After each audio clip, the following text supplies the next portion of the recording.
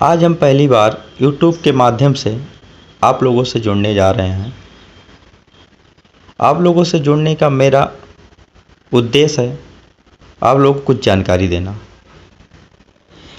मैं कई बार YouTube पे सर्च किया IPC के बारे में, पर उस पर कुछ ही धाराओं का जिक्र किया गया जो कि किसी भी प्रतियोगी छात्र छात्राओं के लिए अधूरा है।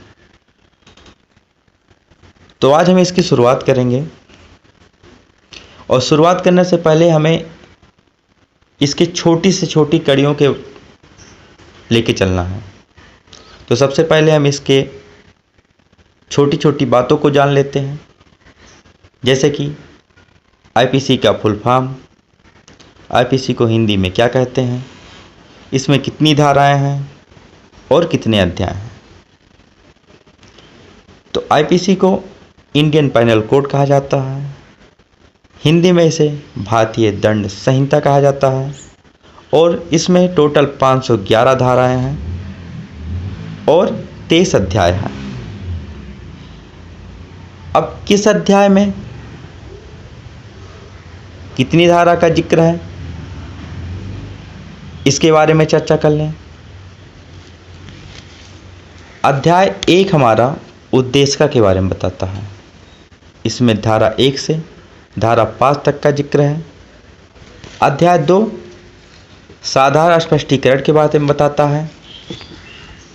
इसमें धारा 6 से धारा 52 तक का जिक्र है। अध्याय 3 हमारा दंडों के विषय में बताता है। धारा 53 से धारा 75 तक का जिक्र है। अध्याय 4 साधारण अपवाद के बारे में बताता है। इसमें धारा 76 से धारा 106 तक का जिक्र है। अध्याय 5 दुष्प्रेरण के विषय में बताता है। इसमें धारा 107 से 120 तक का जिक्र है। अध्याय 5 का आपराधिक षड्यंत्र के बारे में बताता है। इसमें धारा 120 का धारा 120 का जिक्र है। अध्याय 6 राज्य के विरुद्ध अपराधों के विषय में बताता है। इसमें धारा 121 से धारा 130 तक का जिक्र है। अध्याय 7 सेना, नौसेना और वायुसेना से संबंधित अपराधों के विषय में बताता है। इसमें धारा 131 से धारा 140 तक का जिक्र है। अध्याय 8 हमारा सार्वजनिक शांति के विरुद्ध अपराध के बारे में बताता है। इसमें धारा 141 से धारा 160 तक का जिक्र है। अध्याय 9 हमारा लोक सेवकों द्वारा या उनसे संबंधित अपराध के बारे में बताता है। इसमें धारा 161 से धारा 171 तक का जिक्र है।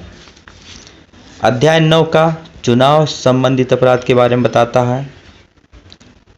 इसमें धारा 171 का से धारा 171 झा तक के बारे में बताता है। अध्याय 10 हमारा लोक सेवकों के विरुद्ध पूर्ण प्राधिकरण के विरुद्ध अवमानना के बारे में बताता है। इसमें धारा 172 से धारा 190 तक का जिक्र है। अध्याय 11 हमारा झूठा साक्ष्य तथा लोक न्याय के विरुद्ध अपराध के बारे में बताता है। इसमें धारा 191 से धारा 229 तक का जिक्र है। अध्याय 12 हमारा सिक्के तथा सरकारी स्टाम्प से संबंधित अपराध के बारे में बताता है। इसमें धारा 230 से धारा 263 तक का जिक्र है। अध्याय 13 हमारा माप और तौल से संबंधित अपराध के बारे में बताता है। इसमें धारा 264 से धारा 267 तक का जिक्र है। अध्याय 14 लोक स्वास्थ्य सुरक्षा सुविधा आदि से संबंधित अपराध के बारे में बताता है। इसमें धारा 268 से 294 तक का जिक्र है। अध्याय 15 हमारा धर्म से संबंधित अपराध के बारे में बताता है। इसमें धारा 294 से धारा 298 तक का जिक्र है। अध्याय 16 हमारा मानव शरीर को प्रभावित करने वाले अपराध के बारे में बताता है। इसमें धारा 299 से धारा 377 तक का जिक्र है।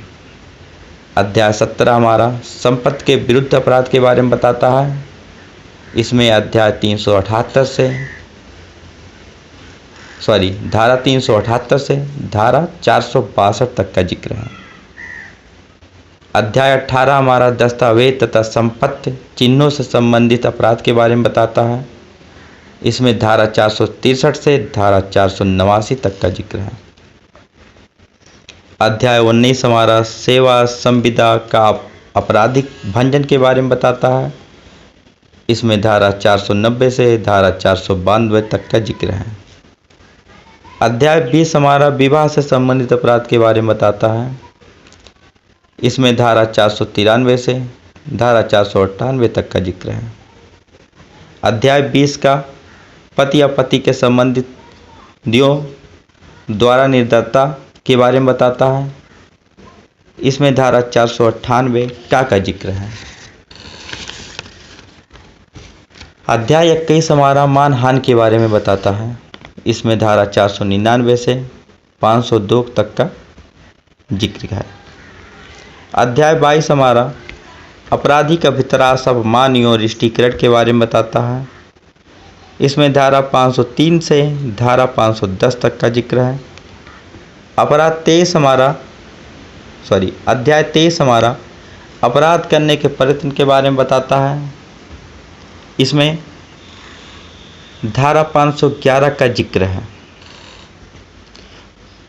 तो आज हम पूरे अध्याय के बारे में बता चुके हैं।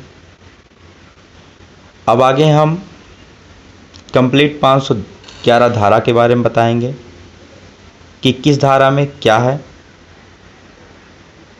और उसके आगे अगर उसका डिफिनेशन आप लोग को जानना है तो आप कमेंट करके ज़रूर बताएं। और अगर ये वीडियो आपको अच्छा लगे, बुरा लगे, जैसा भी लगे, इसका कमेंट ज़रूर करें। लाइक, सब्सक्राइब, शेयर करना ना भूलें। धन्यवाद।